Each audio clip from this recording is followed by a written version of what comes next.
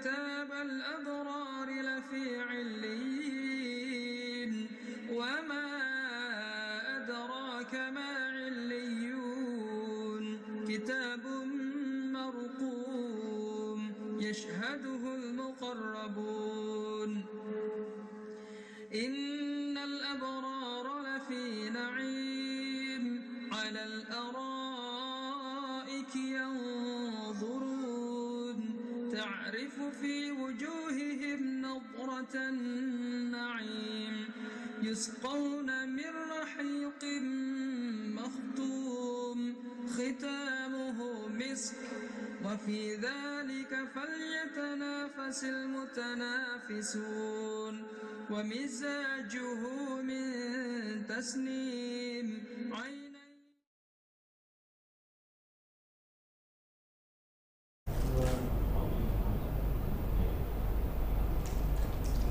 Assalamualaikum warahmatullahi wabarakatuh. Bismillahirrahmanirrahim. Alhamdulillahirabbil alhamdulilladzi hadana li hadza wa ma kunna linahtadiya laula an hadanallah laqad ja'at rusulu rabbina bil haqq wa nudu an tilkumul jannatu uritumuha bima kuntum ta'malun.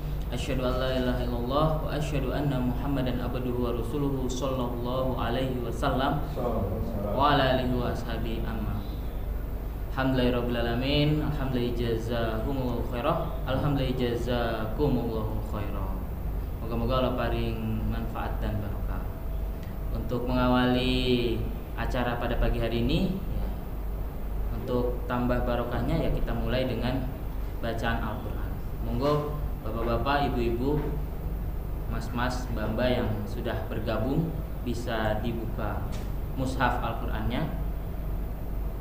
Nomor surat 31 surat Luqman.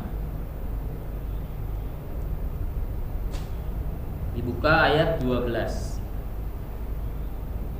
Oke, Mas Soleh, untuk yang ada di studio bisa dibantu untuk disimak. Apabila ada kesalahan saya dalam membaca ya mohon diingatkan. A'udzu billahi minasyaitonir rajim. Bismillahirrahmanirrahim. Walaqad ataina Luqmanal hikmata anishkur lillah wa man yashkur fa innama yashkuru li nafsihi wa man kafara fa innallaha ghaniyyun hamid. Wa idh qala Luqmanu li ibnihi wa huwa ya'idhuhu ya bunayya la tusyrik billah inna syirka la dzulmun 'adzim. Wa wassaynal insana biwalidayhi hamalathu ummuhu wahnan 'ala wahnin wa fisaluhu fi 'amain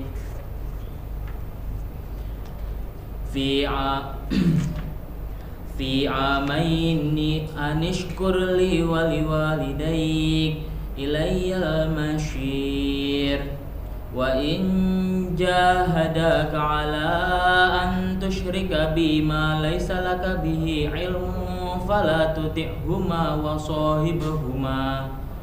sahibuhuma fid dunya ma'rufa wattabi sabila man anaba ilayya thumma ilayya marji'ukum fa unabbi'ukum bima kuntum ta'malun. Ya bunayya innaha in takum mithqala habbatin min khardalin fatakun fi sakhratin aw fis samawati aw fil ardi ya'ti bihallahu innallaha latifun khabir. Shadaqallahul adzim. Bismillahirrahmanirrahim. Alhamdulillahirabbil alamin. Allahumma arhamna bil Qur'an waj'al imama wa huda wa nur wa rahmah. Allahumma dzakirna minhu ma nasina wa 'allimna minhu ma jahilna warzuqna tilawatahu anna alaili wa nahar waj'al lana hujjatan rabbal alamin. Allahumma faqihna fid din. Allahumma alimna ta'wilal kitab. Allahumma atina hikmah. Allahumma inna nas'aluka ridhaka wal jannah wa na'udzubika min sakhatika wan nar. Rabbana atina fid dunya hasanah wa fil akhirati hasanah wa qina adzabannar. Allahumma shalli ala Muhammad wa ala ali Muhammad walhamdulillahi rabbil alamin. Alhamdulillah jazakumullah khairah. Insyaallah lanjut dengan acara selanjutnya. Ada kurang lebihnya saya mohon maaf yang sebesar-besarnya. Akhir kali itu assalamualaikum warahmatullahi wabarakatuh. Waalaikumsalam.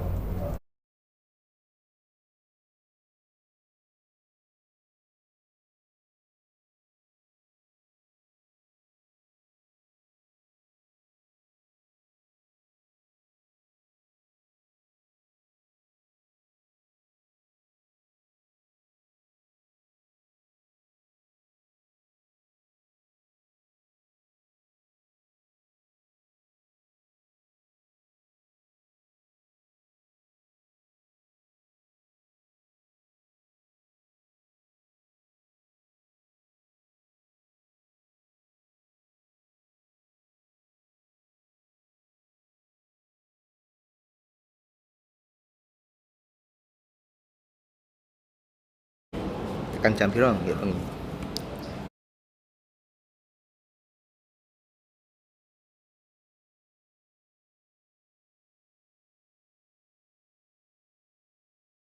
Jadi tembus-tembusnya ACPS. Lumayan jadi ora macet.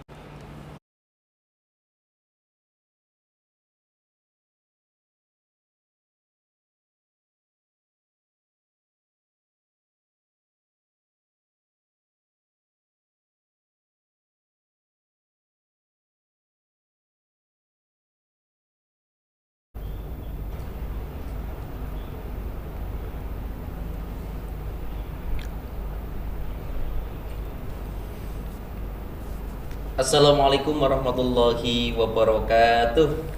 Waalaikumsalam. Alhamdulillahirabbil alamin. Alhamdulillahilladzi hadana li hada wa ma kunna linahtadiya laula an hadanallah. Laqad ja'at rasulur rabbina bil haqqi wa nutu antilkumul jannatu urisumuha bima kuntum ta'malun.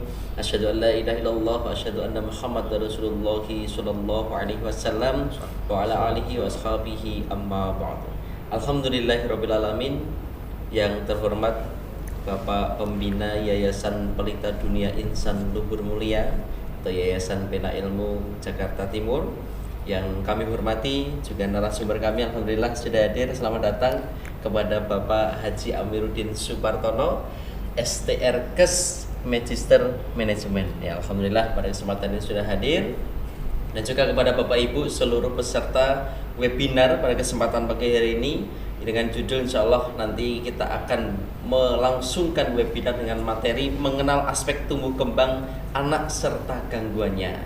Jadi alhamdulillah pada hari ini Minggu 10 Maret 2024 mengawali bulan Maret, walaupun sudah berjalan 10 hari sebelum bulan puasa, kita mencoba memberikan sumbangsih kita, pikiran, tenaga dan sebagainya kepada bangsa Indonesia, terutama pada kesempatan pagi hari ini. Insyaallah nanti akan kita bahas beberapa hal. Tentunya nanti ada materi yang akan disampaikan oleh beliau narasumber, lalu nanti ada tanya jawab yang sangat penting ya Pak Amir. Nanti kemudian kepada kedua orang tua maupun calon-calon orang tua yang berada di seluruh yayasan maupun seluruh yang mengikuti webinar pada kesempatan pagi hari ini. Tentunya sebenarnya pagi hari ini kita mengundang khusus Bapak Haji Amiruddin Supartono. Beliau selaku Ketua Konsil Tenaga Kesehatan Indonesia. Jadi ketuanya tenaga kesehatan ya Pak Amir se-Indonesia. Pada kesempatan pagi hari ini kami minta fenomena-fenomena yang berada di Indonesia,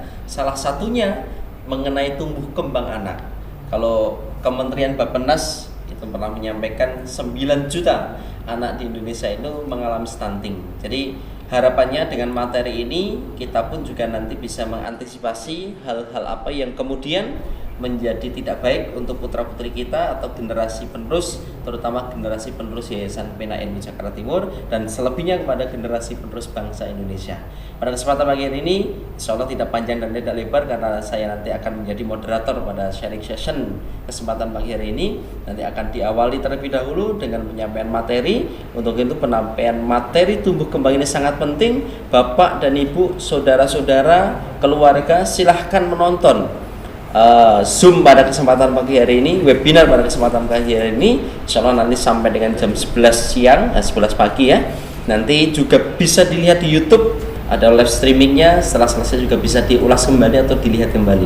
Tentunya pada kesempatan pagi hari ini kami mengucapkan kembali selamat pagi Pak Haji Amiruddin Supartono. Alhamdulillah, bagaimana Pak keadaannya, sehat? Alhamdulillah sehat Mas Alhamdulillah Huda, sehat. ya. Pada saat pagi hari ini tadi sepertinya beliau berangkat ke sini sama siapa Pak Amir? Sendiri. Alhamdulillah, kemana-mana sendiri. Tapi alhamdulillah ya kita bisa menyaksikan. Kami pun juga sering bertemu dengan beliau. Beliau pergi ke keliling Indonesia, kadang-kadang ditemani oleh istri tercinta ya Pak Amir. Ya. Jadi ini merupakan salah satu kebanggaan kami di Yayasan Pena Ilmu. Beliau juga ditunjuk sebagai pembina Yayasan Pena Ilmu untuk mengembangkan generasi penerus bangsa yang berada di Yayasan Pena Ilmu. Pada kesempatan pagi hari ini insya Allah untuk mempersingkat waktu karena materinya lumayan padat dan juga banyak, nanti kita akan langsung memberikan waktu, memberikan kesempatan kepada beliau Bapak Haji Amiruddin Supartono untuk memberikan materi dengan judul mengenal aspek tumbuh kembang anak serta gangguannya.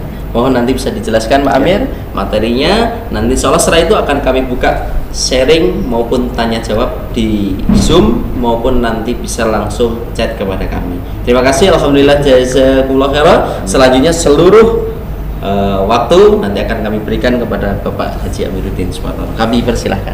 Baik, terima kasih Mas Huda. Assalamualaikum warahmatullahi wabarakatuh.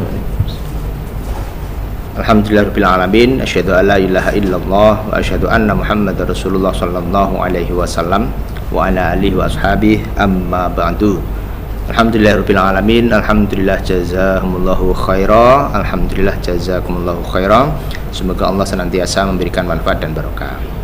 Bapak Ibu, para saudara, seluruh jamaah yang berada di manapun yang mengikuti kegiatan webinar ini, baik melalui Zoom maupun ada yang menyimak melalui live streaming YouTube ya. Mudah-mudahan nanti apa yang kita diskusikan, apa yang saya sharing itu bisa bermanfaat untuk kita semua. Jadi Bapak Ibu sekalian, kebetulan saya itu berkecimpung di dunia tumbuh kembang anak itu dari tahun 2002, jadi kurang lebih sudah 20 tahun lebih ya. Menekuni di bidang tumbuh kembang anak. Nah, untuk kali ini saya akan sharing terkait bagaimana kita mengetahui aspek tumbuh kembang. Kemudian nanti juga kita coba diskusikan terkait apa saja sih gangguan-gangguan yang bisa menimpa kepada putra-putri kita terkait dari sudut pandang tumbuh kembangnya. Ya, silakan di-share. Ya, next. Bapak Ibu sekalian, kita harus memahami, semua orang tua harus menyadari bahwa setiap anak itu unik Bapak Ibu sekalian. Maksudnya gimana? Anak satu dengan anak yang lain itu tidak bisa sama persis, pasti berbeda. Jangankan anak yang berbeda orang tua, anak yang satu kandung, bahkan anak kembar sekalipun itu juga pasti ada perbedaannya, punya karakteristik yang berbeda, punya perilaku, punya sifat yang berbeda. Jadi hikmahnya adalah kita tidak bisa kemudian memberikan pola asuh atau mendidik anak-anak kita itu dengan pola yang sama, tetapi kita harus menyesuaikan tergantung dari profil anak kita masing-masing. Kemudian Bapak sekalian, bahwa anak itu pada prosesnya itu mengalami tumbuh dan berkembang. Tumbuh itu hal yang bisa dilihat secara fisik ya. Yang dulunya kecil badannya jadi tambah besar, yang dulunya pendek jadi tambah tinggi, yang dulunya tidak ada rambutnya jadi punya rambut, yang dulunya tidak punya gigi jadi punya gigi. Nah, itu tumbuh. Nah, untuk tumbuh ini anak-anak membutuhkan nutrisi yang cukup, yang baik dan juga bergizi, supaya kebutuhan asupan dari tubuh ini itu bisa terpenuhi. Nah, kemudian selain tumbuh, anak itu juga berkembang. Nah, kalau berkembang ini tidak selalu bisa dilihat secara fisik. Ibaratnya yang dulunya tidak bisa memahami apa yang orang lain katakan, nah kemudian lama-lama bisa memahami. Yang dulunya kalau minta apa-apa hanya bisa nangis, nah, kemudian bisa menyampaikan secara verbal.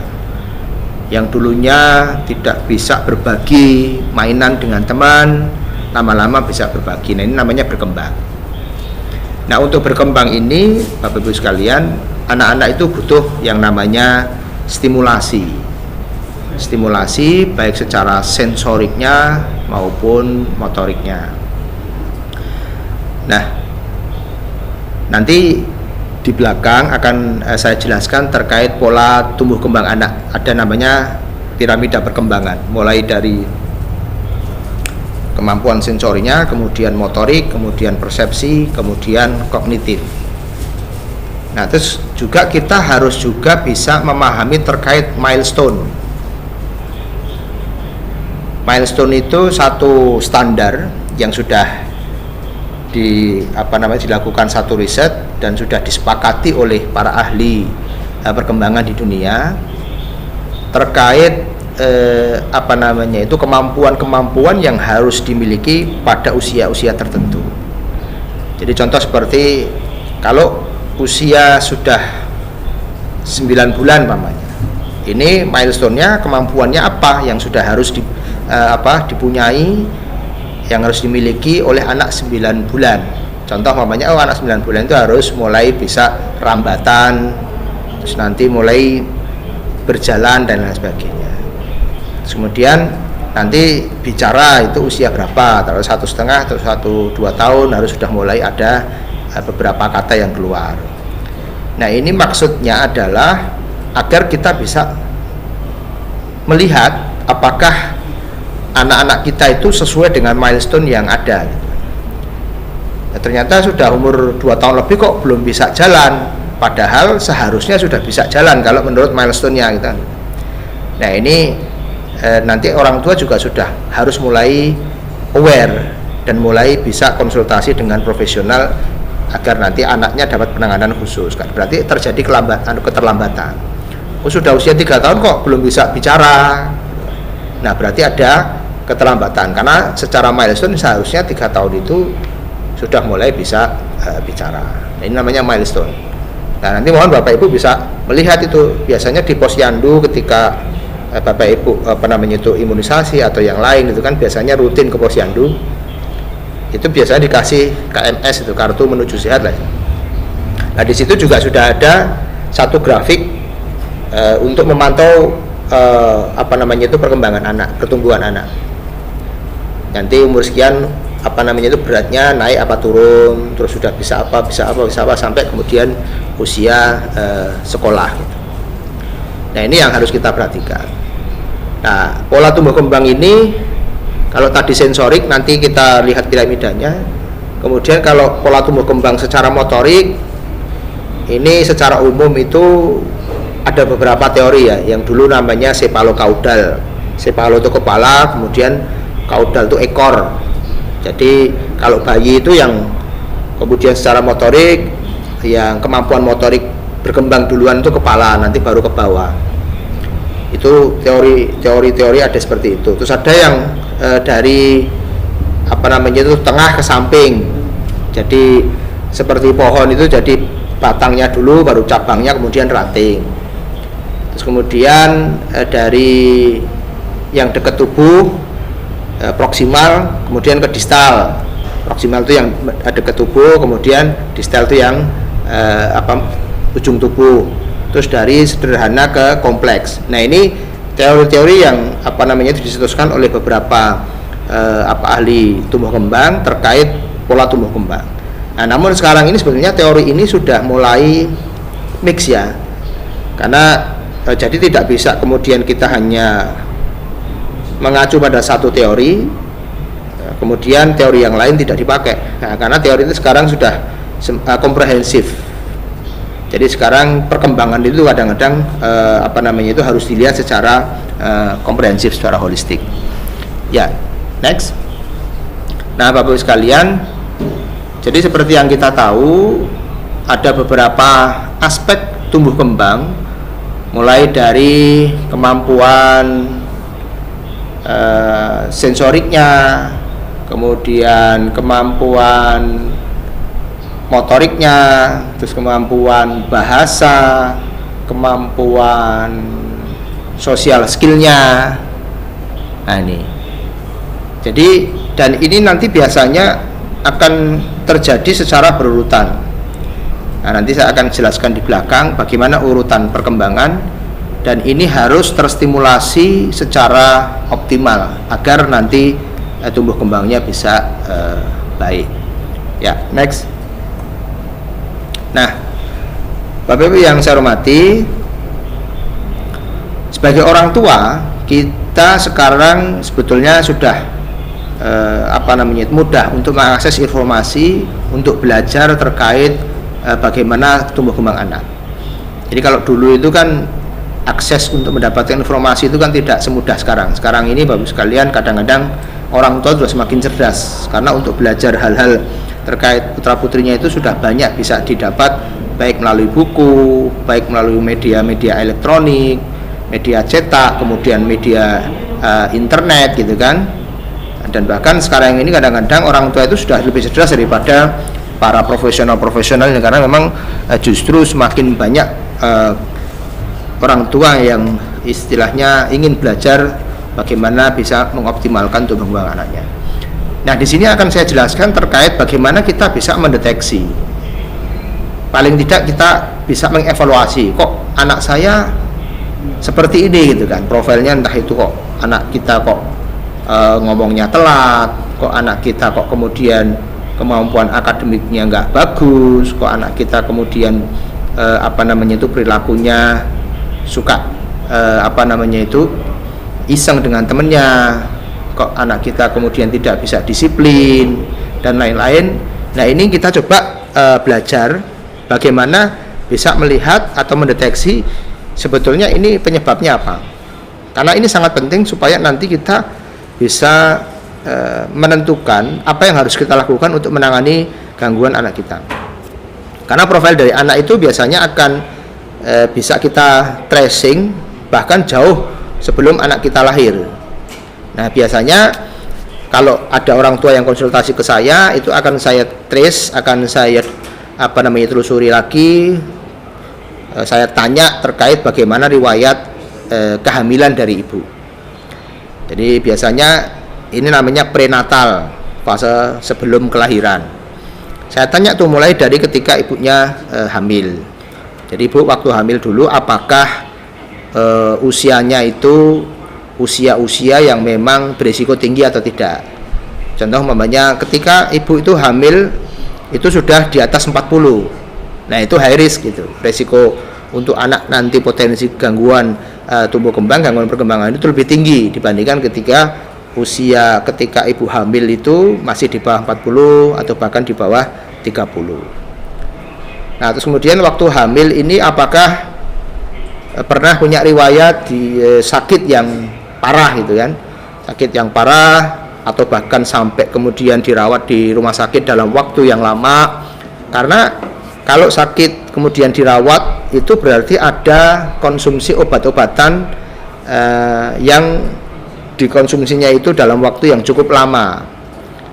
Nah, ini nanti kenapa akan berpengaruh, karena ketika ibu itu hamil, apapun yang dikonsumsi oleh ibunya itu janin juga ikut mengkonsumsi. Sedangkan obat ini kan hal yang tidak baik.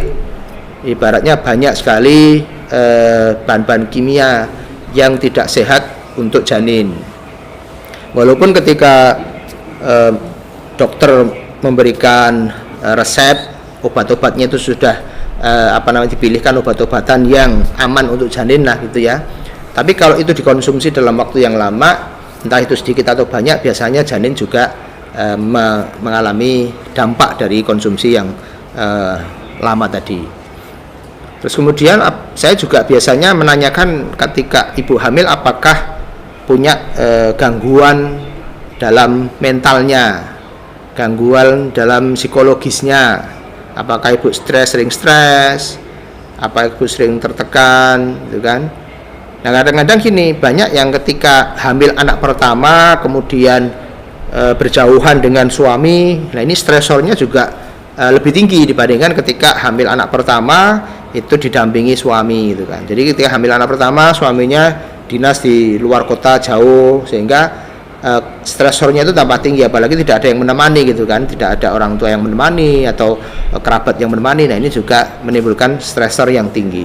Nah kalau ibu itu stres, maka janin itu juga stres. Nah ketika janin itu stres itu rentan nanti ada gangguan perkembangan ke depannya. Nah, itu beberapa hal terkait prenatal ya, apa namanya itu, aspek-aspek yang kemungkinan bisa terjadi saat sebelum melahirkan.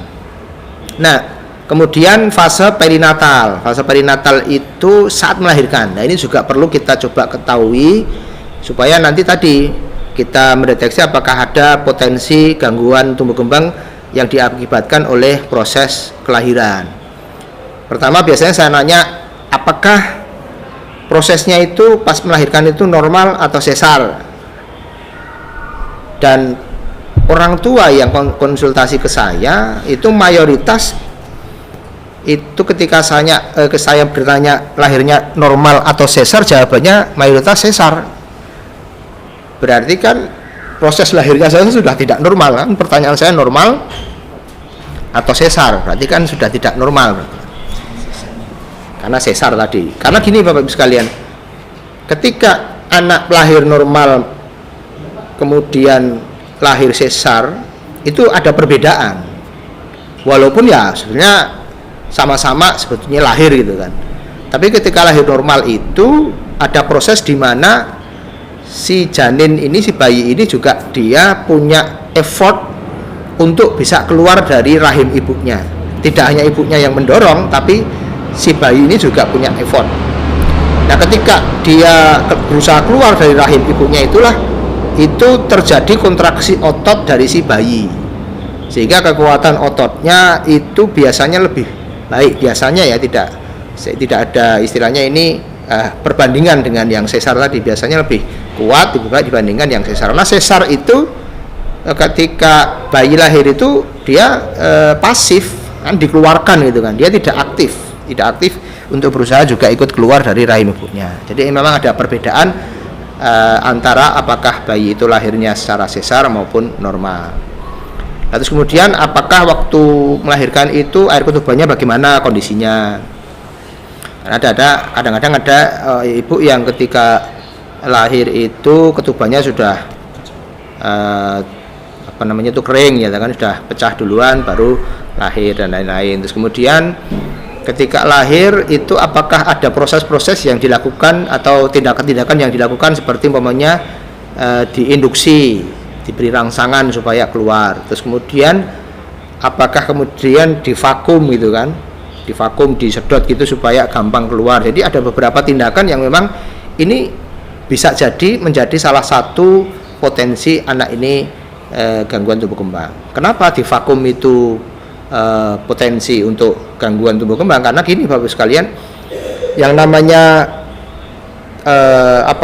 tengkorak kepala dari bayi itu masih sangat rentan gitu kan. Jadi ketika istilahnya belum keras gitu, masih empuk, ketika divakum itu pasti ada perubahan struktur di kepalanya ini. Nah ini akan menekan saraf-saraf otak yang ada di dalam kepalanya. Nah walaupun secara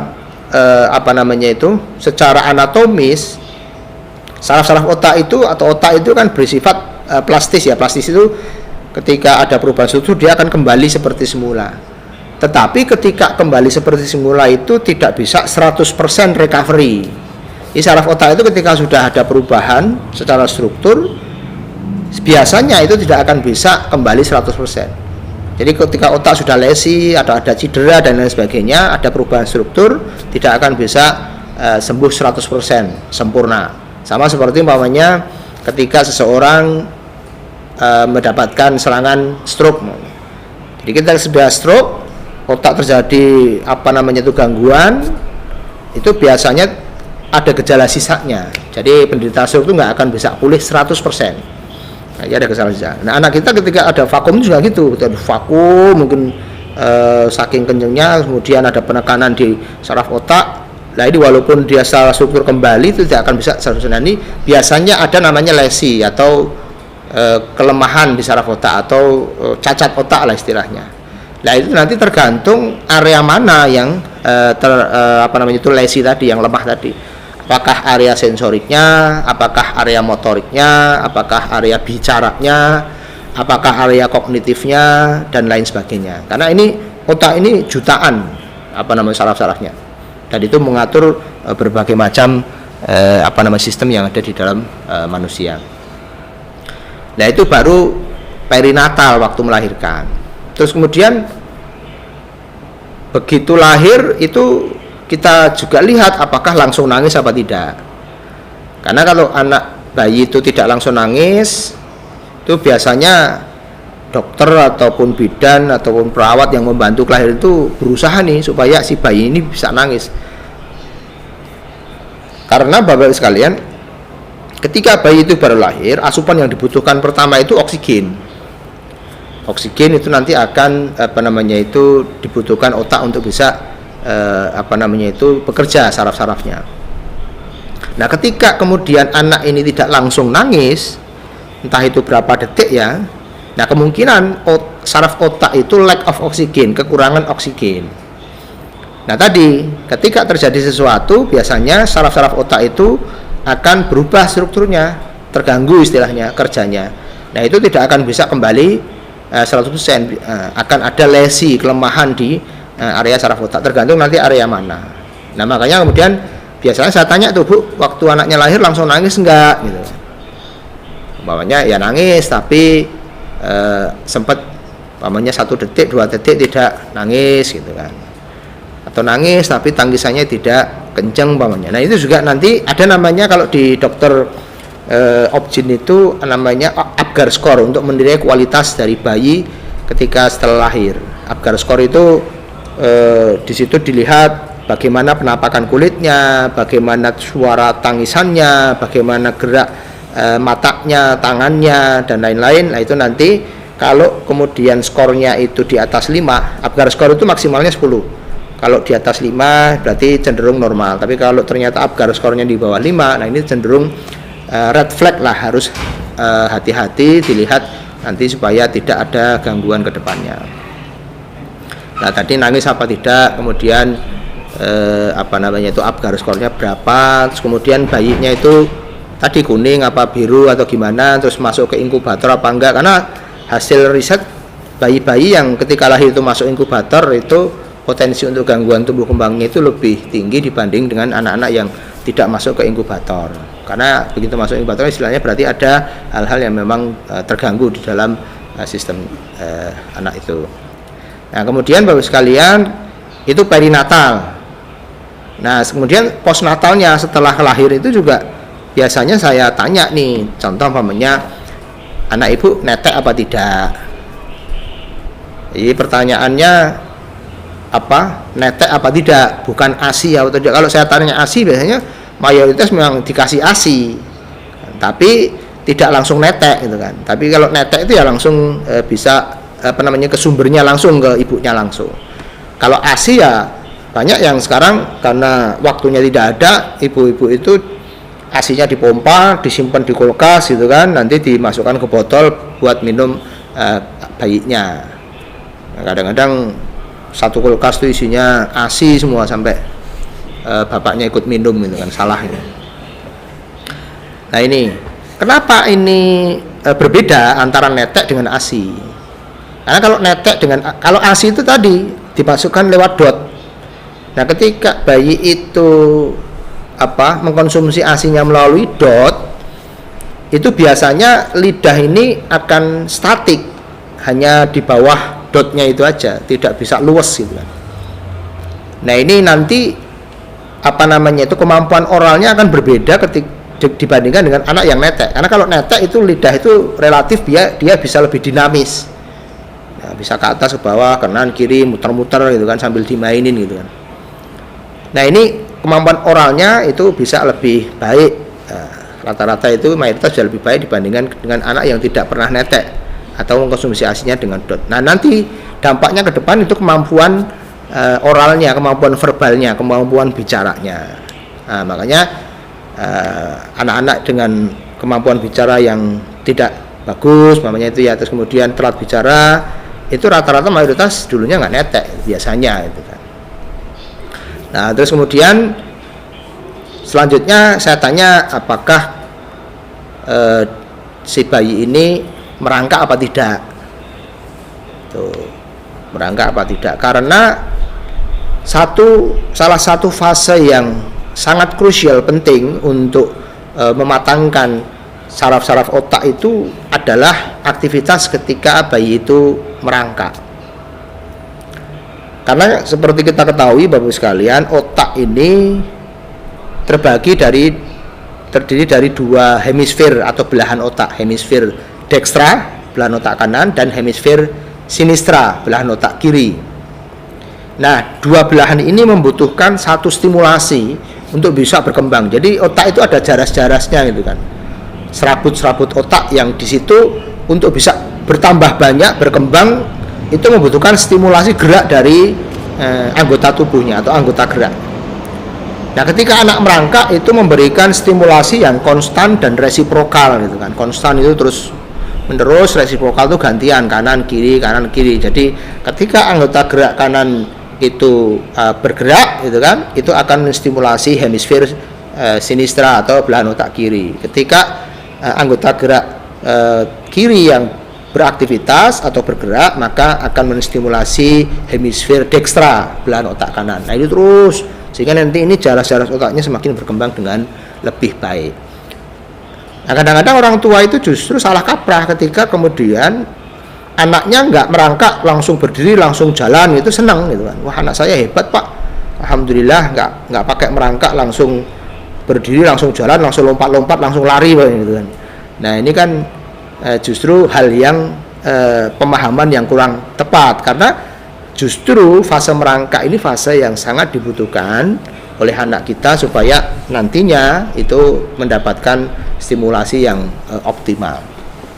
Nah, itu baru merangkak. Kemudian biasanya saya tanya mulai jalan umur berapa, mulai bicara umur berapa. Tadi terkait milestone-nya tadi, apakah dia telat gitu kan.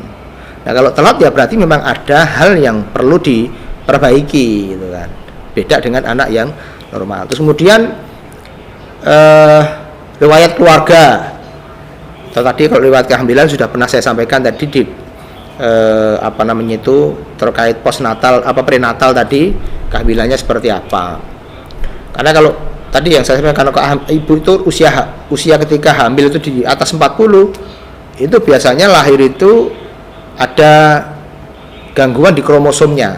Jadi anak-anak yang terdiagnosis Down syndrome itu biasanya itu kebanyakan ibunya itu melahirkannya ketika sudah di atas umur 40 tahun. Akhirnya ada gangguan kromosom dan biasanya akan terdiagnosis Down syndrome gitu kan.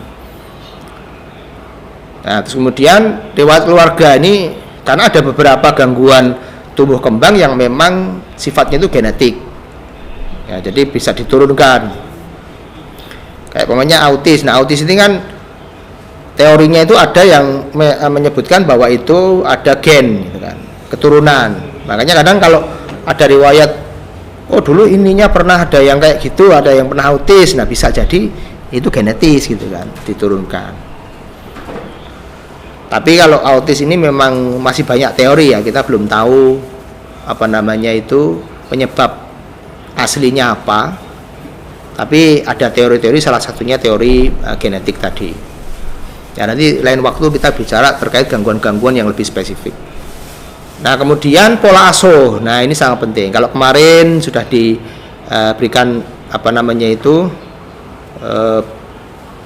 sharing terkait bagaimana asuh dan asah. Nah, kalau asih ini saya kira harusnya secara natural, secara manusiawi, semuanya orang tua harus punya kasih sayang terhadap anaknya gitu kan. Tapi ya memang sekarang ini perlu terus ada edukasi ya terkait bagaimana cara mencintai, mengasihi anaknya dengan baik. Karena beberapa kasus juga masih ada kemarin malah justru anak sendiri ditikam dengan pisau itu kan, ya itu hal-hal yang perlu coba kita nanti elaborate. Masa sekarang ini seperti apa kok bisa seperti itu. Nah, pola asuh itu bagaimana orang tua itu mengasuh anaknya di dalam kehidupan sehari-hari. Ada orang tua yang bingung kadang-kadang. Itu datang ke saya, Pak Amir, anak saya itu padahal saya itu nggak pernah ngajarin, tapi kok anak saya itu kalau ngomong itu kata-katanya kasar, kata-kata yang tidak pantas gitu kan. Padahal saya sama ibunya itu nggak pernah ngajarin ngomong kayak gitu. Belajar dari mana dia gitu kan. Ya ternyata setelah saya tanya, di rumah ada pembantu nggak? Ada. Pembantunya berapa? 5. Terus punya sopir nggak? Ada. Sopirnya berapa? 3 gitu kan. Terus ada tukang kebun nggak? Ada. Berapa? 2. Jadi satu rumah aja ada tukang kebun, ada sopir, ada pembantu yang jumlahnya itu banyak. Nah itu juga lingkungan gitu kan. Karena anak itu menirunya itu sangat cepat sekali. Jadi jangan dikira ketika orang tua nggak pernah ngajari, walaupun di rumah terus, tapi ternyata di rumah banyak orang itu, nah itu lingkungan dia juga. Dan dia akan belajar dari lingkungan itu. Selain itu, Bapak sekalian juga bisa belajar dari tadi media, entah itu media elektronik atau media sosial atau media internet gitu kan. Nah makanya harus hati-hati Bapak sekalian ketika kemudian memberikan gadget kepada putra putrinya, karena itu akan menjadi lingkungan dia. Jadi lingkungan itu tidak selamanya harus di luar rumah, di dalam rumah pun lingkungan itu juga sangat besar pengaruhnya. Ya orang-orang di rumah, kemudian TV, kemudian handphone, kemudian tablet, gadget gitu kan, itu juga sangat besar. Karena anak itu akan sangat cepat meniru gitu kan. Dan anak untuk berperilaku itu tidak bisa kemudian belajar atau inisiatif sendiri. Ya ada memang insting ya, tapi untuk belajar perilaku-perilaku spesifik itu pasti dia meniru gitu. Karena dia belum punya konsep bagaimana berperilaku secara spesifik. Nah, terus kemudian tadi milestone sudah saya sampaikan. Terus di rumah ini juga Bapak Ibu sekalian, kita harus betul-betul cerdas sebagai orang tua. Karena saya pernah punya klien, walaupun orang tuanya itu dokter spesialis anak lah istilahnya, ada ahli, tapi anaknya juga error gitu kan. Dan ketika saya tanya susternya yang di rumah, kalau menurut pengakuannya ya fine-fine aja. Jadi kalau susternya ditanya gimana di rumah, oh alhamdulillah Pak, baik, anteng gitu kan. Kemudian si orang tua ini kan bingung loh. Dulu riwayat hamilnya bagus, riwayat lahirannya bagus gitu kan, secara milestone-nya juga bagus, tapi kok error gitu loh. Nah ternyata saya sarankan, ya sudah Pak, pasang aja CCTV supaya nanti bisa melihat, tapi susternya jangan sampai tahu. Ya ternyata Bapak sekalian, sama susternya ini diberikan obat tidur si anak ini. Nah gimana, nggak anteng ya kan, karena diberi obat tidur akhirnya ya anteng, tidur terus. Nah ini yang perlu coba kita juga harus cerdas, karena walaupun ada orang yang kita percaya, orang lain ya yang kita percaya untuk bisa menjaga, mengasuh anak kita, itu tetap pada prinsipnya dia itu bukan kerabat kita, dan dia merasa anak ini bukan anaknya. Dia secara tanggung jawabnya itu beda dengan orang tua. Bahkan Bapak sekalian, kakek nenek sekalipun itu juga berbeda pola asuhnya dibanding orang tuanya sendiri. Karena kakek nenek itu kecenderungannya itu memanjakan. Makanya kadang-kadang kakek nenek itu akan marah kalau anaknya itu memarahin cucunya gitu kan. Nah ini yang kadang-kadang terjadi. Jadi dan kakek nenek itu tidak mentolo, tidak tega ketika dia harus marah-marah terhadap cucunya. Jadi kalau orang anaknya marah cucunya itu malah si kakek nenek itu malah justru tidak terima, sehingga akhirnya kemarin kita sudah ada belajar itu terkait pola asuh yang permisif. Akhirnya semuanya serba dikasih gitu. Semuanya dibolehkan, akhirnya minta apapun diberikan. Kadang-kadang ada orang tua yang prinsip, lah dulu saya itu hidup susah Pak, minta apa-apa susah, sekarang saya punya anak ya pengennya biar anak saya bisa merasakan nikmatnya punya orang tua yang bisa memberikan apapun gitu kan, semuanya bisa. Nah ini yang kadang-kadang justru jadi gini, orang hebat itu tidak lahir dari kenyamanan gitu. Jadi ketika ada tokoh yang hebat itu tidak mungkin dia lahir dari kenyamanan, jarang gitu. Bahkan orang-orang hebat pun ketika punya anak untuk bisa mendidik anaknya supaya jadi orang hebat tidak diberikan fasilitas, tidak diberikan kenyamanan. Banyak itu orang yang sudah hebat pada posisi yang sangat tinggi, punya anak itu justru anaknya tidak langsung dijadikan direktur istilahnya gitu. Ya udah dia jadi karyawan dari bawah dulu biar merasakan. Nah inilah yang kemudian pola asuh, pola pendidikan yang harus ditanamkan sehingga anak ini benar-benar tangguh, tidak kemudian manja, tidak kemudian jadi kalau sekarang kan strawberry generation ya, dipencet itu langsung melenyap gitu kan, lemah gitu. Ya, next.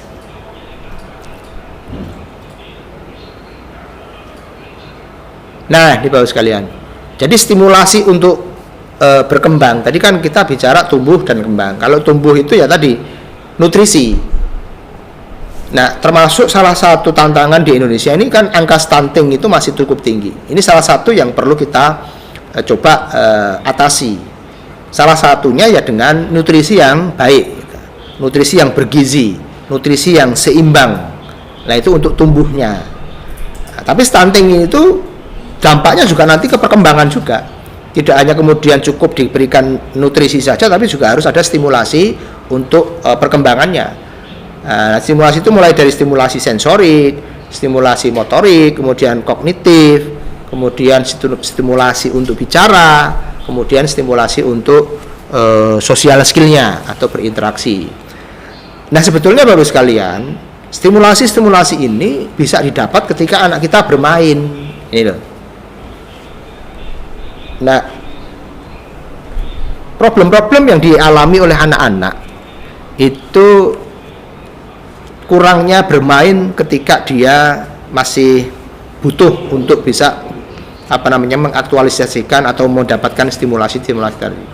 Apalagi kalau anak ini hidup di perkotaan ya istilahnya.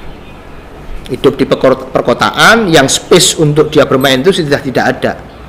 Ditambah lagi dia digital native, penduduk digital istilahnya. Apa-apa semuanya serba digital. Gitu kan?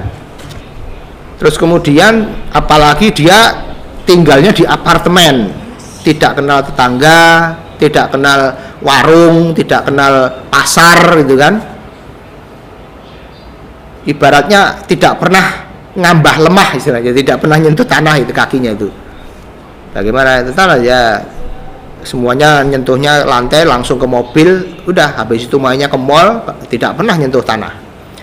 Nah ini ketika kita bandingkan dengan anak-anak yang hidup di kampung istilahnya, di desa gitu ya, yang space bermainnya masih banyak, dia bisa main di sungai, bisa main di sawah, bisa main di gunung, di laut dan lain sebagainya. Ini stimulasinya itu bisa lebih optimal karena dia mendapatkan stimulasi sensorik nih, kemudian motoriknya, kemudian kognitifnya. Kemudian ketika bermain dengan teman-temannya dia juga berinteraksi, berbicara, berkomunikasi. Nah ini biasanya.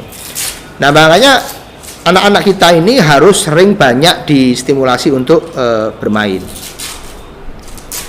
Motoriknya itu supaya bisa terstimulasi dengan baik. Ya, next.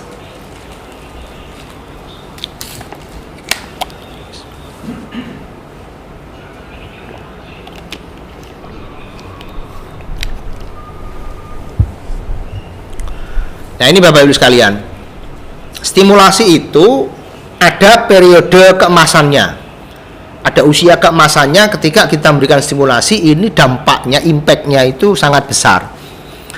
Jadi dimulai 0 sampai 4 tahun itu 50%, 4 sampai 8 tahun itu berapa itu?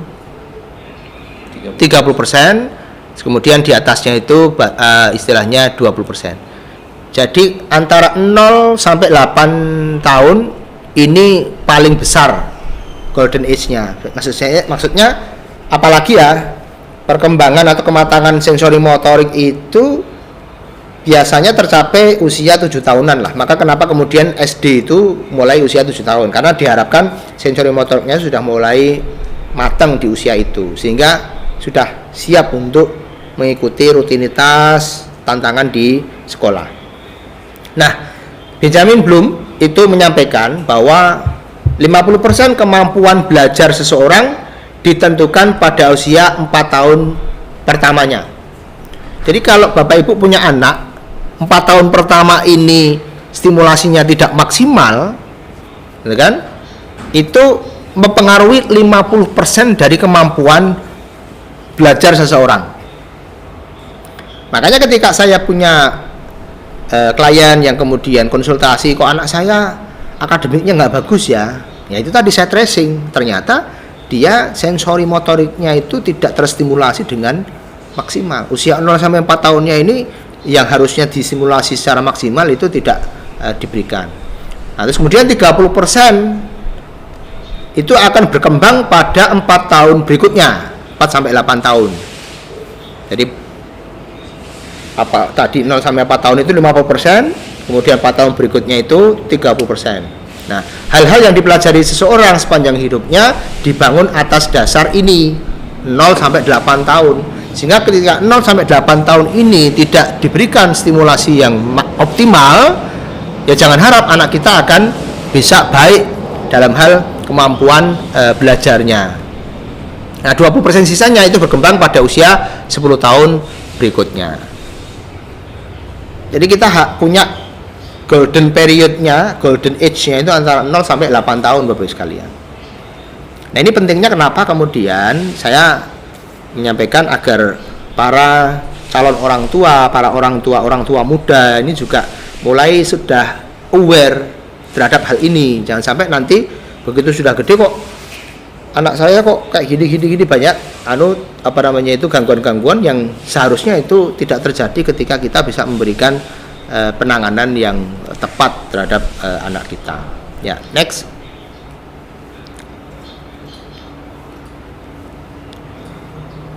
Nah, kita bicara terkait piramida perkembangan tadi sudah sempat saya singgung di depan.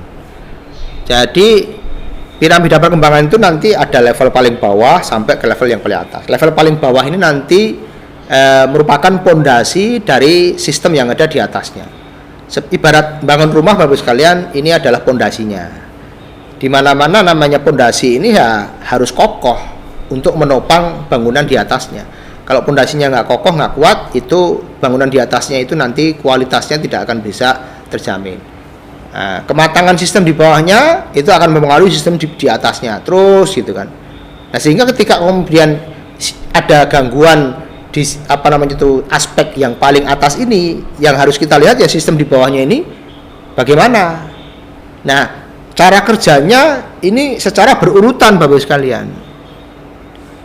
Seperti kita bangun rumah itu kan berurutan, ya pondasinya dulu baru ini, nggak mungkin kita bangun atasnya atau gentengnya dulu atau tiangnya dulu baru pondasinya, nggak mungkin. Nah, jadi anak kita juga gitu, membangunnya itu harus terstruktur dan berurutan, sistematis gitu. Next.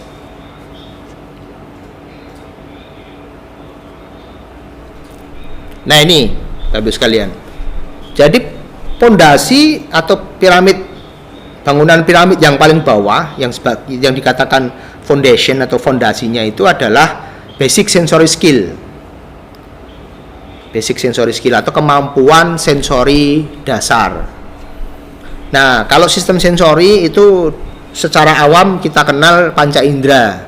Tapi ada indera yang tidak terlihat. Kalau panca indera ini kan bisa dilihat nih, kulit, sentuhan di kulit, terus kemudian penglihatan dari mata, kemudian penciuman dari hidung, perasa dari mulut, terus kemudian pendengaran. Nah, ada 5 senses yang bisa dilihat. Tapi ada hidden senses Bapak sekalian. Hidden senses dulunya ada 2, sekarang tambah 1. Yang 2 ini, 1 ini namanya vestibular. Vestibular itu letaknya di telinga bagian dalam, inner ear. Jadi satu lokasi dengan sistem pendengaran. Vestibular ini sistem sensori yang bekerja ataupun merespon terhadap perubahan lingkungan. Nah, responnya itu nanti dengan respon gerak kepala. Contoh namanya kita naik motor gitu kan, motor kita miring ke kiri, apa yang dilakukan untuk supaya ini seimbang? Pasti kepalanya dulu yang bergerak berlawan dengan arah miringnya motor. Jadi kalau kepala kita tetap ini terus, pasti jatuh. Nah, ini yang merespon adalah sistem vestibular. Jadi vestibular itu memang ada kaitannya dengan keseimbangan. Tapi kalau sistem keseimbangan murninya itu ada di otak kecil. Nah, sistem vestibular itu tadi merespon ketika space atau lingkungan kita itu ada perubahan. Itu kita bisa merasakan. Contoh namanya Bapak Ibu masuk ke lift, merem asal mencet aja. Nah, nanti kita pasti bisa merasakan tuh. Oh, ini liftnya naik, liftnya turun, liftnya berhenti. Nah, ini yang merespon adalah sistem vestibular. Kemudian kita naik mobil, tanjakan tajam, tahu-tahu turunan tajam. Nah, itu kan ada kayak merinding maksir gitu ya istilahnya. Nah, itu juga sistem vestibular. Nah, anak-anak yang belum matang sistem vestibularnya atau sensori di vestibularnya ini, biasanya dia akan tidak nyaman dengan lingkungan yang unpredictable. Jadi unpredictable environment, lingkungan yang tidak bisa diprediksi. Dia tidak nyaman dengan perubahan space yang terjadi. Dia tidak nyaman dengan lingkungan yang unfamiliar, yang tidak familiar, tidak biasa dia temui. Ya, makanya dia kolam renang gitu biasanya nggak nyaman, karena bukan lingkungan yang biasa dijumpai sehari-hari. Terus dia tidak nyaman naik odong-odong gitu kan. Odong-odong itu kan gerakannya kan ngacak gitu, unpredictable. Nah, kanan kiri depan belakang itu nggak bisa ditebak, ini mau kanan dulu apa belakang. Nah, ini yang nanti merespon itu sistem vestibular. Ini kalau anak sistem vestibularnya belum matang, nggak akan nyaman. Terus naik ayunan. Nah, ayunan dia juga biasanya itu takut, tidak nyaman. Terus main prosotan. Nah, prosotan kalau Bapak Ibu nanti perhatikan anak-anak kita, kalau dia main prosotannya itu duduk biasa gini, barangkali itu tidak ada gangguan. Tapi ketika merosotnya itu dia tengkurap, pokoknya badannya harus nempel semua. Nah, itu berarti barangkali memang ada sistem vestibular yang belum matang. Atau anak yang ketika diajak ke mall gitu, nggak mall nggak apa, atau tempat luas dia langsung lari aja udah, lari sambil gini terus melirik ke kiri atau ke kanan. Itu biasanya dia menstimulasi sistem vestibularnya. Terus dia takut dengan ketinggian, naik eskalator takut, naik lift takut, naik sepeda takut, naik kuda takut, naik motor ya nggak nyaman gitu kan. Nah, itu barangkali sistem vestibularnya yang belum matang. Nah, terus barangkali juga bisa jadi dia klamsinya dalam artian namanya tidak bisa memperkirakan kalau lompat itu seberapa jauh dia lompat. Itu kadang-kadang juga itu bisa jadi sistem vestibular. Nah, terus ada hidden senses yang berikutnya, sistem indera atau sensori yang tidak terlihat. Yang kedua adalah proprioseptif. Proprioseptif itu sistem yang mengatur respon dari otot dan sendi terhadap lingkungannya. Salah satu yang bisa dilihat kalau anak gangguan proprioseptif atau proprioseptifnya belum matang itu ada dua kemungkinan kalau terkait gerak ya. Bisa jadi anak itu banyak gerak atau anak takut bergerak. Nah, gitu. Jadi anak-anak yang hiperaktif contohnya itu salah satu indikasinya adalah bahwa dia proprioseptifnya, sistem proprioseptifnya itu belum matang. Terus anak tidak bisa ngontrol gerakannya. Contoh namanya anak kalau nulis pakai pensil tuh nekennya terlalu kenceng sampai patah, sampai bukunya bolong gitu kan. Atau dia suka banting pintu. Jadi kalau nutup pintu itu nggak bisa ngontrol sehingga terlalu kenceng. Nah, ini dia barangkali sistem proprioseptifnya itu belum matang. Atau anak kalau jalan tuh suka neken-neken ke lantai gitu kan, suka lompat-lompat yang terlalu berlebihan, itu juga barangkali sistem proprioseptifnya belum matang. Jadi ada gejala-gejala indikasi yang memang bisa nanti menjadi dugaan bahwa dia proprioseptifnya belum matang. Tapi itu nanti harus dilakukan asesmen, pemeriksaan secara menyeluruh. Terus ada lagi satu, yaitu yang tidak terlihat itu interoception. Kalau interoception itu terkait metabolisme Bapak sekalian. Istilahnya anak lapar, haus. Nah ini yang merespon itu adalah sistem interoception yang berhubungan dengan mekanisme metabolisme dari tubuh manusia.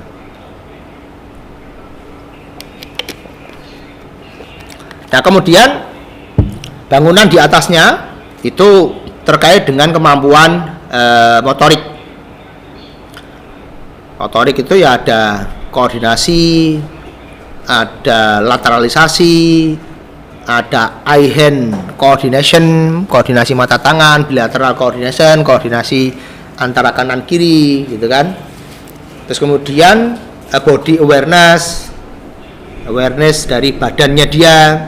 Terus kemudian ada satu lagi yang sangat penting ketika nanti hubungannya dengan kemampuan akademik, yaitu motor planning atau motion planning, atau bahasa perkembangannya namanya praksis, bahasa medisnya namanya praksis, perencanaan gerak.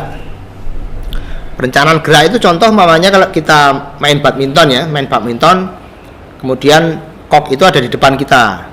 Nah kita harus membuat planning gerakan, harus melangkah berapa jauh, tangan kita harus kita julurkan berapa jauh supaya bisa menjangkau kok. Itu namanya motion planning atau motor planning, planning gerakan. Nah, nanti tiba-tiba kok ke belakang nih, nah kita juga harus memperkirakan, merencanakan mundur berapa langkah. Koknya melenting tinggi juga harus kita planning melompat seberapa tinggi. Anak-anak dengan gangguan motor planning itu biasanya nanti di kemampuan akademiknya itu akan sangat terlihat ketika dia dihadapkan soal pemahaman yang butuh pemahaman atau butuh abstraksi yang tinggi. Biasanya kalau dikasih soal cerita, soal pemahaman bacaan itu langsung nyerah ya, nggak bisa. Gitu kan? Butuh analisis itu langsung nyerah ya.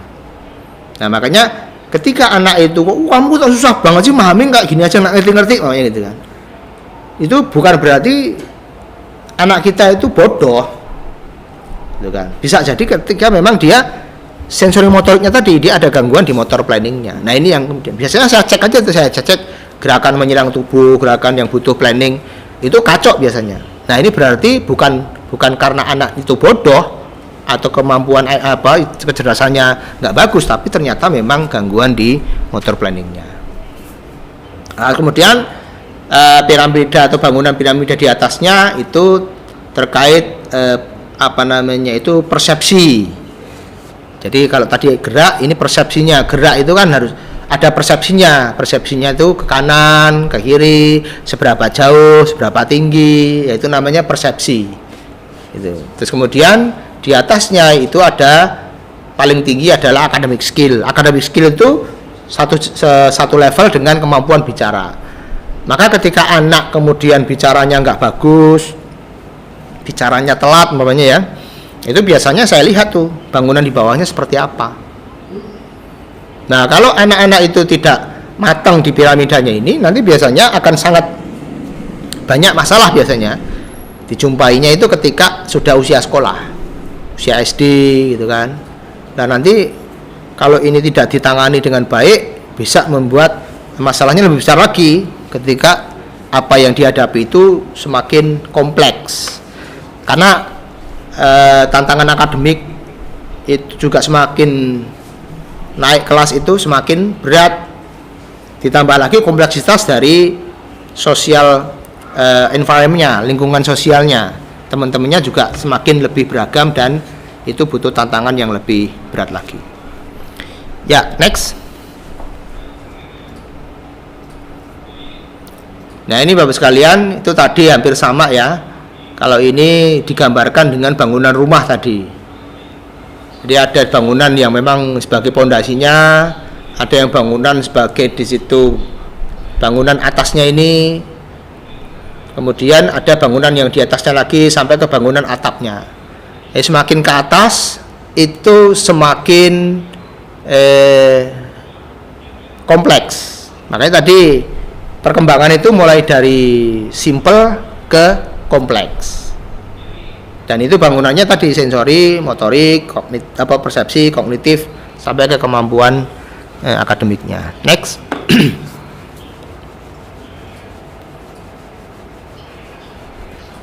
Ya, ini sudah langsung saya jelaskan.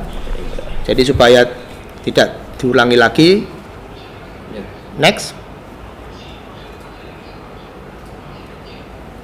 Nah, kalau gangguannya Bapak sekalian, kalau ini gambaran namanya bagaimana sensori itu melakukan mekanisme kerjanya atau prosesnya. Nah, kalau gangguan ketika ada masalah ketika melakukan pemrosesan sensori namanya sensory processing disorder. Jadi ada gangguan ketika dia sensornya itu berproses. Proses sensori itu mulai dari input itu dari lingkungan, masuk diregistrasi, kemudian di dalam itu di organizing, kemudian keluarnya itu outputnya itu respon. Nah, respon yang bagus itu ya adaptive respon. Adaptive respon itu respon yang sesuai dengan kebutuhan yang seharusnya.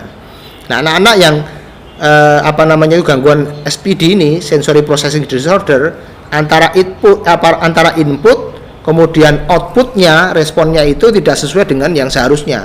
Jadi adaptive responnya itu tidak bagus. Nah, ada di sini 3 gangguan sensory modulation disorder. Jadi gangguan modulasi sensori.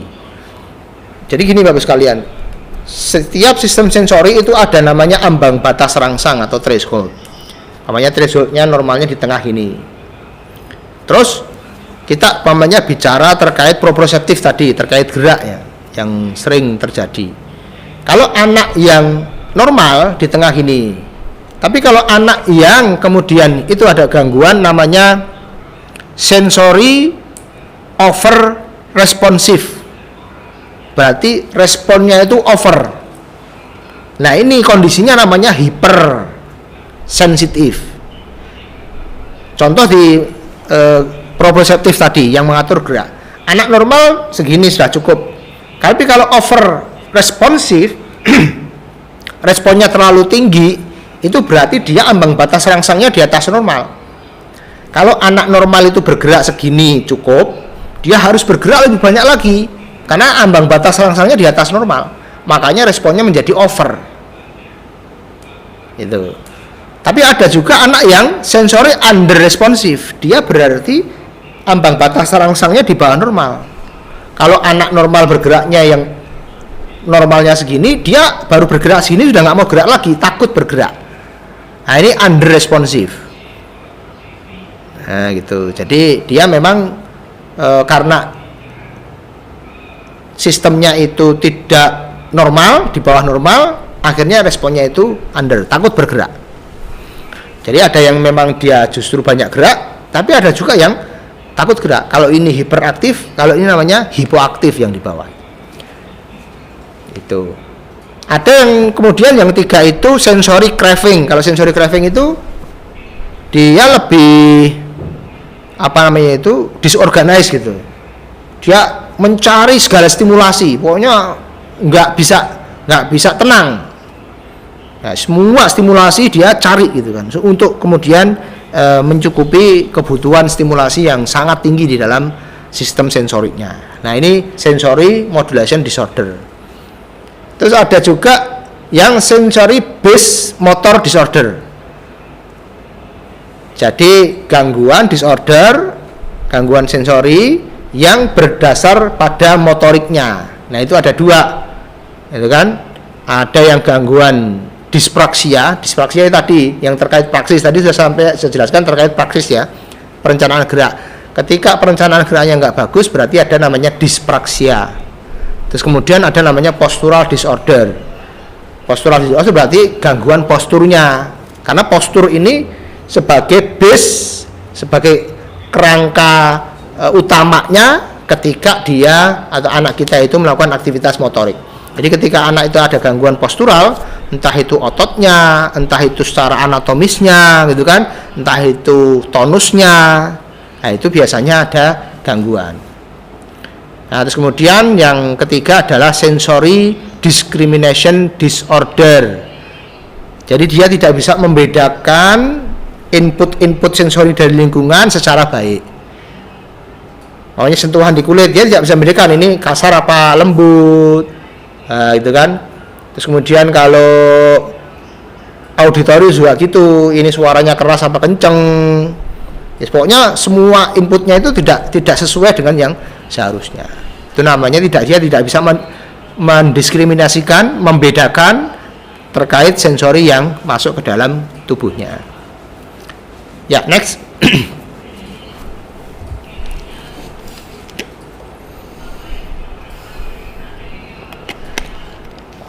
Nah ini, kalau tadi sensori, ini terkait motorik Bapak sekalian. Motorik itu base-nya adalah di postur, di tulang belakang, atau namanya postural kontrol lah istilahnya.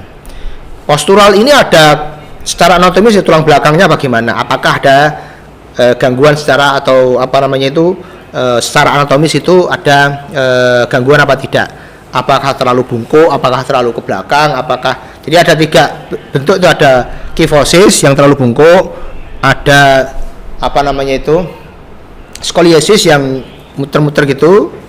Nah, jadi ada 3 bentuk tadi. Yang dekek ini namanya lordosis ya, kyphosis. Lordosis itu terlalu dekek ini ke belakang. Ada yang skoliosis itu bentuknya kayak S gitu. Jadi ada deformitas di. Nah ini juga harus ditangani dulu, karena kalau postur ini nggak bagus, nanti gerakan motorik nggak akan bisa bagus. Selain itu juga tonus otot di bagian apa namanya itu tulang belakang ini, di posturnya itu bagaimana, mulai dari leher, tulang belakang sampai ke panggul ini. Tonus otot itu nanti terkait dengan endurance of muscle, ketahanan otot ketika dia melakukan aktivitas. Jadi kalau anak yang tonus otot di area posturnya ini nggak bagus, dia kalau di sekolah disuruh duduk tegak begini dalam waktu lama dia nggak akan kuat. Nanti lama-lama gini, naruh gini. Nah kalau anak atau guru yang tidak paham, akhirnya anak kita dikira malas. Padahal ternyata dia memang tonus otot di bagian posturalnya, di bagian tulang belakangnya itu lemah. Jadi harus memang tadi guru, orang tua jangan langsung melabel ketika anak kita berperilaku seperti berbeda dengan yang lain. Nah, ini harus kita lihat dulu. Nah, terus kemudian nanti perkembangannya kalau sudah posturalnya ke motorik kasar. Motorik kasar itu yang penopangnya itu adalah otot-otot besar. Nah, kalau di sini ya pokoknya mulai dari bahu, lengan gitu kan, ini untuk penopang otot-otot motorik kasarnya. Kemudian kalau sudah nanti fine motorik halus untuk menulis dan lain sebagainya yang membutuhkan otot-otot kecil yang ada di anggota gerak.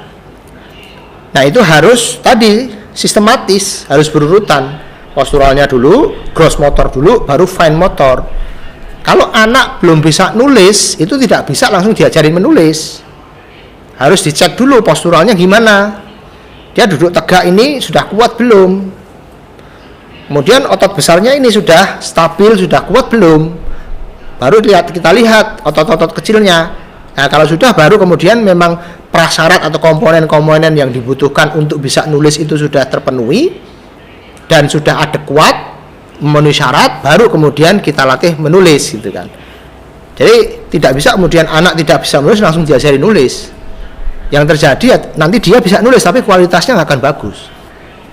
Sama seperti ketika anak telat bicara langsung diajarin bicara, ya anak akan tetap bisa bicara tapi kualitasnya juga tidak terjamin, karena ternyata problem utamanya sistemnya itu memang ada yang bermasalah. Ya.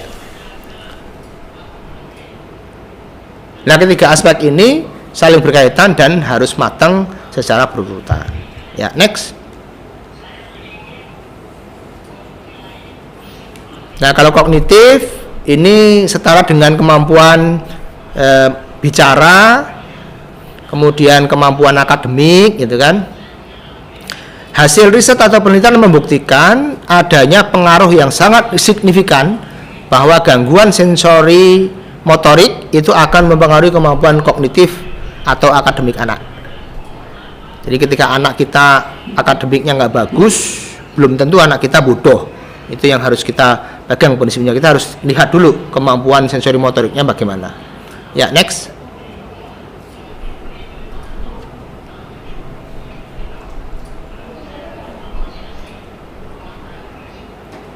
Nah, ini beberapa penelitian ya. Penelitian ketika anak itu partisipasi fisiknya bagus, maka dia nilai matematikanya, gitu kan, nilai spellingnya, gitu kan, terus kemampuan membacanya itu ternyata juga bagus. Ini hasil penelitian, Bu sekalian.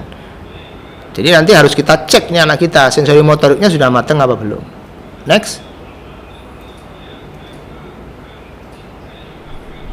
Nah, pola asuh tadi sudah saya singgung ya. Nah, jadi pertama ya internal, kemudian eksternal. Karena lingkungan-lingkungan itu sangat berpengaruh, maka kita harus betul-betul menjaga lingkungan anak kita, baik lingkungan di rumah maupun di lingkungan di luar rumah. Next.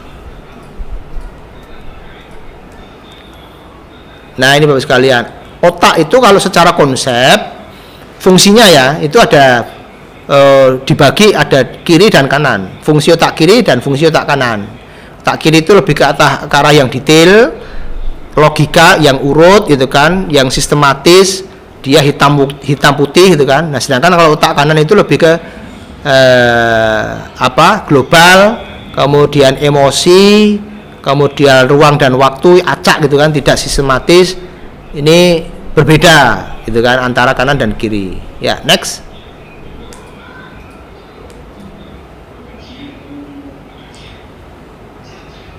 Nah, ini struktur otak Bapak sekalian. Nanti bisa dipelajari sendiri secara lebih detail. Ya, next. Nah, ini mungkin Bapak Ibu sekarang bisa nyoba nih, langsung tangannya disilangkan gini. Coba. Kalau Bapak Ibu menyilangkan tangan, kemudian dilihat tangan yang di depan itu tangan kanan atau tangan kiri? Tangan yang di depan ya. Kalau tangan yang di depan ini tangan kiri nih seperti saya, berarti Bapak Ibu dominan otak kanan. Jadi kalau yang di depan ini makanya ya gini. Yang di depan tangan kiri ya, berarti itu berarti yang dominan otak kanan, karena itu bersilangan. Tuh. Kalau yang di depan tangan kanan gini, berarti Bapak Ibu dominan otak kiri. Tuh. Sama seperti ketika kita ngelipat kaki, kalau kita ngelipat kakinya lebih nyaman kaki kiri yang di atas, berarti kita memang dominan otak kanan.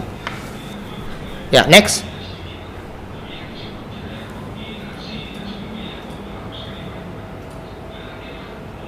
Nah, ini gaya belajar ya. Gaya belajar itu bermacam. Dan ini penting bagi guru-guru nanti. Jadi Bapak Ibu guru harus bisa memahami gaya belajar muridnya supaya ketika memberikan materi itu ya sesuai dengan gaya belajar muridnya sehingga lebih efektif anak itu menerima pelajaran. Next.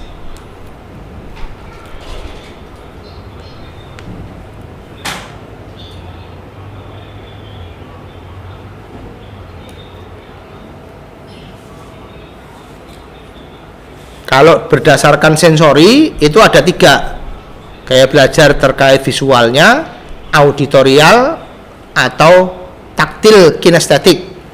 Nah, next. Anak-anak yang ini gaya belajarnya visual, dia lebih rapi, teratur, teliti. Kalau ngomong cepat, dia rencana kerjanya lebih ke jangka pendek, lebih ingat yang dilihat daripada yang didengar gitu kan. Terus kemudian tidak terganggu suara berisik, lebih suka instruksi tertulis daripada lisan. Ini visual. Next. Nah, kalau auditorial ini sering bicara sendiri. Kalau kerja harus di suasana yang tenang, senang mendengar daripada membaca. Kalau membaca dia suaranya keras, gitu kan? Kalau suruh nulis malas tapi cerita seneng. Kalau ngomong iramanya terpola, sistematis, kayak MC itu, ya, Mas Huda itu mungkin auditori gitu. Next.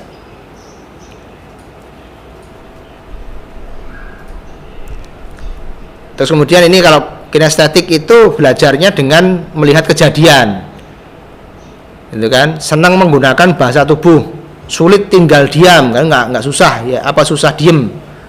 sulit membaca peta, tulisannya jelek, suka kegiatan yang fisik, suka berbuat sesuatu. Ya, next.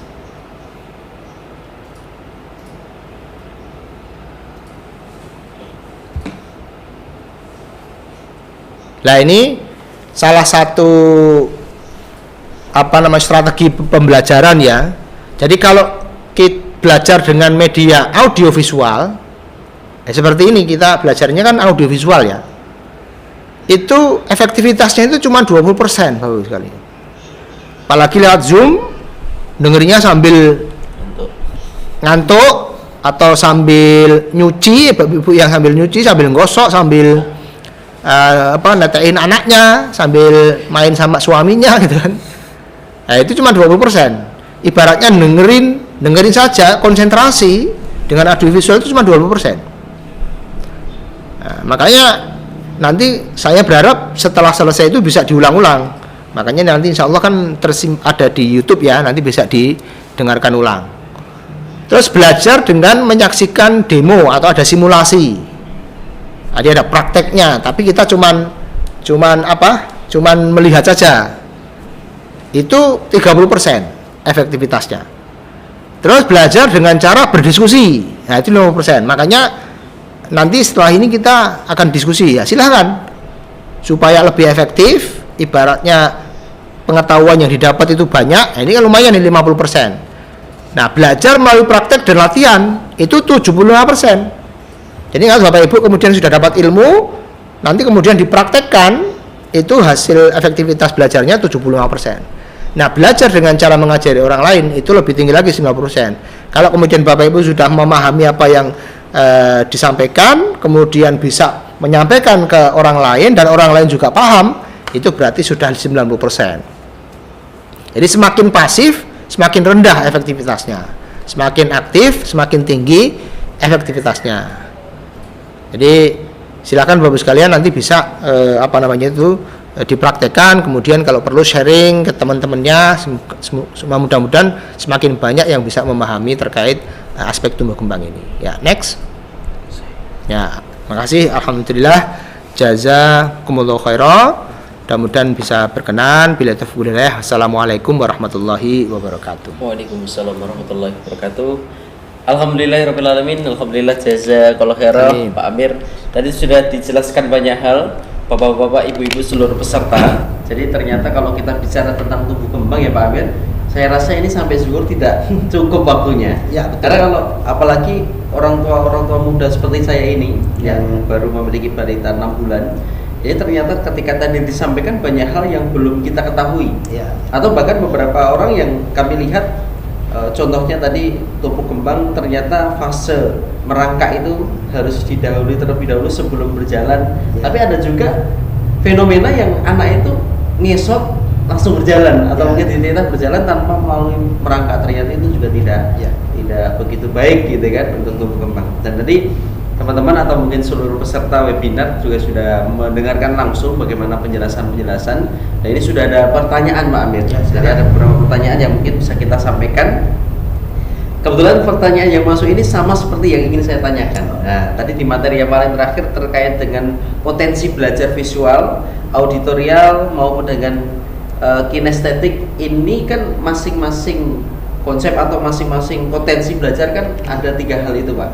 Tapi apakah di masing-masing orang ini hanya memiliki mayoritas atau bisa mungkin memiliki 2 potensi atau bahkan 3 potensi atau bagaimana? Kayak contoh, saya memang potensi belajar yang visual. Saya itu kalau disuruh membaca itu kurang. Tapi kalau suruh memahami sekilas, apalagi dunia per-MC-an ya Pak ya. Jadi kalau kita memahami tentang pernikahan kan hanya melihat, tapi kita sudah paham. Tapi di situ potensi belajar auditorial yaitu untuk bisa mengulangi nada, irama, warna suara itu kan bisa dilangsungkan di potensi belajar auditorial. Padahal saya biasanya belajar visual. Ya. Itu apakah mayoritas atau bisa tercampur atau bagaimana Pak Amir? Ya, jadi gaya belajar itu biasanya memang tidak hanya satu. Oke. Jadi 3-3-nya biasanya punya, tapi ada yang dominan. Iya. Nah gitu loh. Jadi kayak saya juga gaya belajarnya 3-3-nya ada. tapi memang ada yang dominan. Lebih dominan. Nah, ada dominan, namanya entah itu dominannya di visual, auditori maupun kinestetik. Tapi juga ada gaya belajar yang memang dibutuhkan untuk bisa memahami tergantung kebutuhan. Gitu kan? Nah, kadang-kadang kalau guru yang cerdas itu biasanya ketika memberikan materi itu ya tiga-tiganya itu ada. Sehingga murid itu nanti tiga-tiganya bisa menyerap gitu kan. Dan itu nanti kadang-kadang ketika dia walaupun dominannya visual, ada satu materi-materi tertentu yang memang dia kemudian lebih paham ketika auditori. Ada juga yang untuk bisa betul-betul masuk itu harus pakai aktivitas motorik, berarti kinestetik tadi. Jadi memang tiga-tiganya itu biasanya ada, cuman biasanya ada satu yang dominan di dalam gaya belajarnya. Sama seperti otak ya, otak kanan kiri tadi. Itu biasanya dua-duanya ya punya gitu kan, tapi ada yang dominan. Tapi ada juga yang seimbang. Kalau saya itu waktu itu pernah tes itu dua-duanya seimbang saya, antara otak kanan dan kiri itu seimbang gitu kan. Jadi kalau makanya contoh saya ngelipat tangan itu biasanya tangan kanan saya yang di depan. Oh, sama berarti, Pak. Tapi begitu saya kaki itu kaki kiri yang di atas. Oh, saya tetap kanan. Nah, berarti kalau dua-duanya itu berarti dia dominan otak kiri. Kalau saya jadi kanan, tangan itu saya otaknya melihatkan otak kiri, tapi begitu kaki itu saya melihatkan otak kanan. Jadi itu memang seimbang antara otak kanan dan kiri. Dan itu kebiasaan yang secara tidak langsung ternyata langsung ya, Pak. Tadi saya nyoba begitu melipat tangan langsung kanan. Nah, karena iya. begitu kiri kok Aneh kan? aneh. Iya. Mau gimana gitu. Betul. Oh, siap. Berarti itu termasuk salah satu ya, Pak ya? Iya, salah satu untuk memperlihatkan atau menjadi tanda bahwa kita lebih dominan kepada otak kanan dan otak kiri ya.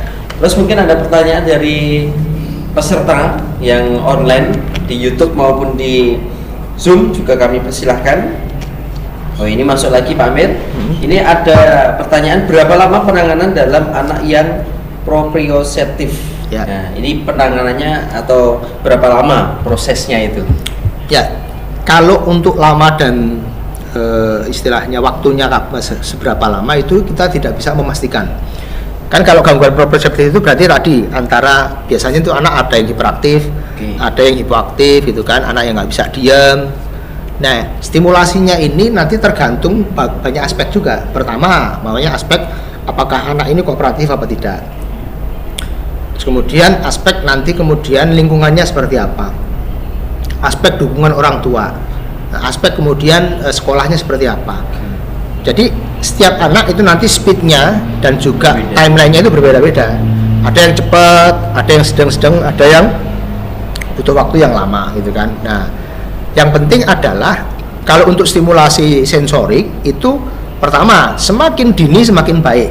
Jadi tadi ketika kemudian kita memberikan stimulasi itu pada masa golden period itu biasanya akan lebih cepat dibandingkan ketika sudah di atas umur 8 tahun. Nah, kemudian yang kedua semakin rutin ya kan, intensitasnya atau frekuensinya itu akan semakin cepat. Nah, kadang-kadang ketika orang tua nih ke tempat saya kan ada beberapa center tumbuh kembang. Ketika dia datang ke center ini kan kita jadwalkan paling seminggu 2 kali lah. Nah, seminggu 2 kali itu umpamanya Senin sama Rabu. Nah, di sela-sela ini kalau dia hanya tidak distimulasi itu akan berbeda ketika ada anak yang walaupun terapinya nih umpamanya Senin dan Rabu, tapi setiap hari ya itu dia minta PR, ini di rumah apa nih Pak yang bisa dilakukan. Nah, itu semakin sering intensitasnya, semakin sering frekuensinya, itu semakin cepat proses pematangannya gitu kan. Jadi, nah anak-anak ini kalau saran saya itu setiap hari harus ada aktivitas motorik, jangan sampai tidak ada sama sekali. Iya, jangan sampai tergantung dengan gadget tadi. Ya, jadi jangan pamannya nih kalau kita sudah pamannya ikut terapi gitu kan di center cuman seminggu 2 kali, jangan sampai kemudian di rumah diem aja gitu kan. Dan bahkan gini Bapak Ibu sekalian ya, kalau saya punya klien nih, dia sudah ikut terapi secara rutin. Begitu dia libur sekolah nih kan cuti biasanya, cuti pengen liburan kemana? Biasanya saya wanti-wanti, Pak Bu, pokoknya nanti selama liburan harus ada aktivitas stimulasinya, jangan berhenti. Saya kasih PR tuh, home program namanya.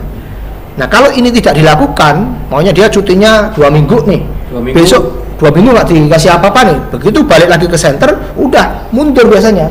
Kemampuan yang dulu dia sudah miliki akan mundur. Dan tidak bisa dibohongi. Iya, nggak bisa. Karena 2 2 minggu sudah tidak belajar lagi atau tidak dilatih lagi akan menderita. Iya, karena mau kelihatan nanti dicek itu ketika kembali ke center dicek, wah ini udah hilang nih yang dulunya kemarin sudah bagus jadi berantakan lagi gitu kan. Nah ini memang karena ya tadi ketika tadi saya bilang kematangannya itu stabilnya itu ketika sudah umur 8 tahun.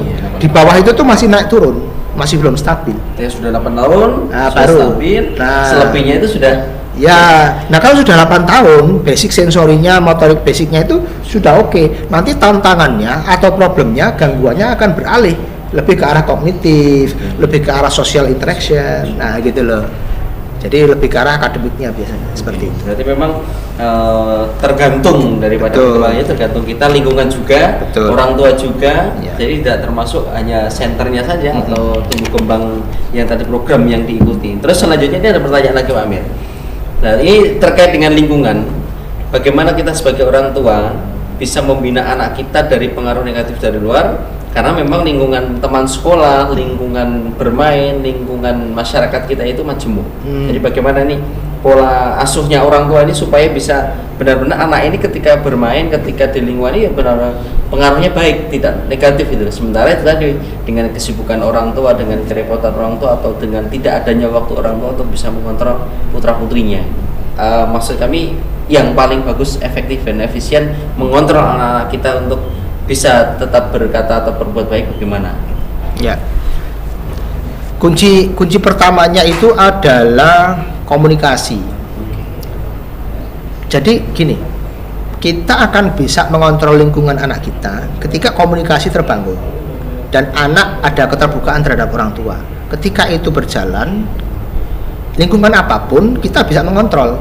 Karena anak akan selalu cerita dan orang tua juga harus punya trik-trik untuk membangun komunikasi yang efektif dan produktif.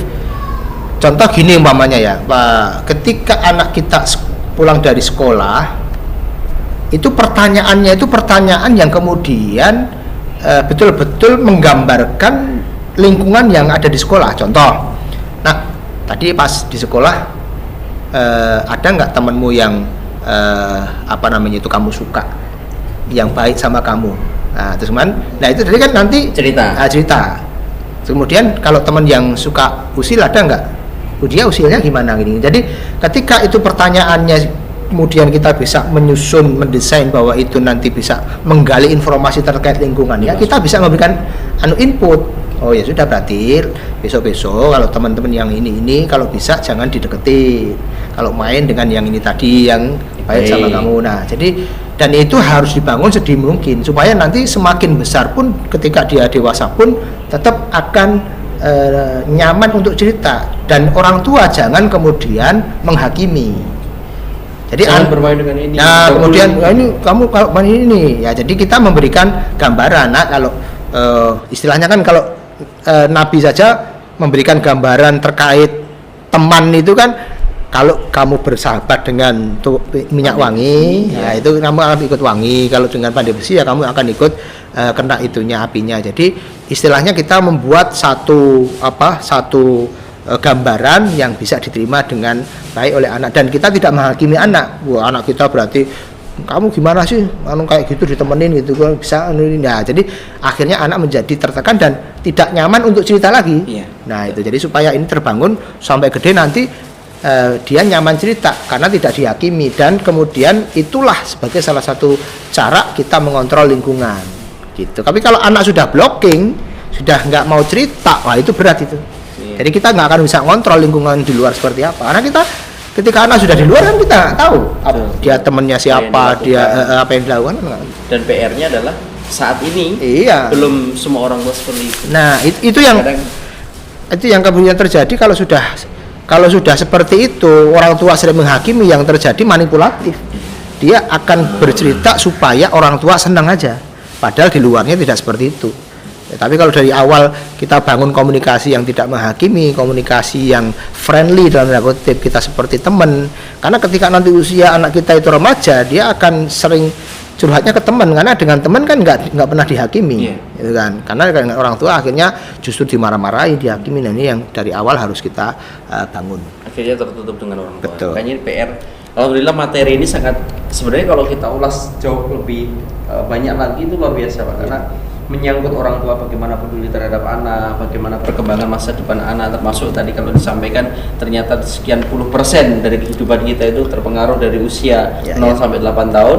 Nah, mudah-mudahan nanti bisa ada waktu lagi kita sharing session kembali dengan Pak Amiruddin supaya ya kita Pena Ilmu ini bersama-sama mengembangkan generasi penerus bangsa supaya menjadi generasi bangsa Indonesia yang generasi emas 2045. Amin. Alhamdulillah, jazakumullah khairan para peserta webinar yang ada di rumah maupun yang online melalui Zoom maupun YouTube.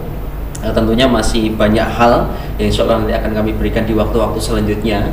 Tentunya pada hari ini 10 Maret 2024 terkait dengan tumbuh kembang anak sudah disampaikan dengan luar biasa oleh narasumber kami Bapak Haji Amiruddin Supartono. Beliau kembali lagi saya sampaikan selaku Ketua Konsil Tenaga Kesehatan Indonesia meluangkan waktunya, menyempatkan, melonggarkan untuk bisa memberikan materi yang sangat luar biasa ini. Kami sangat bersyukur Pak Amir. Kami syukur alhamdulillah jazakallahu khairan. Mudah-mudahan Allah paling ganti yang lebih baik, banyak dan barokah. Amin. Tentunya pada kesempatan pagi hari ini insya Allah nanti acara juga masih akan berlangsung dengan penutupan dari pembina Yayasan Pelita Dunia Insan Luhur Mulia. Tentunya kembali kami sampaikan bahwa peran penting daripada orang tua itu sangat luar biasa terhadap tumbuh kembang anak-anak kita, mulai dari kandungan, mulai dari proses kehamilan sampai dengan kelahiran dan dalam perawatan terutama 8 tahun pertama. Ini sangat mempengaruhi untuk Indonesia Emas 2045. Alhamdulillah, jazakumullah khairan. Saya Muhammad Nur Huda selaku moderator pada kesempatan pagi hari ini membantu seluruh proses acara dan juga pemateri kami Bapak Haji Amiruddin Supartono mohon pamit. Alhamdulillah jazakumullah khairan, banyak salah dan kurangnya mohon maaf yang sebesar-besarnya. Insyaallah nanti masih ada penutupan. Akhirul kalam, assalamualaikum warahmatullahi wabarakatuh. Waalaikumsalam.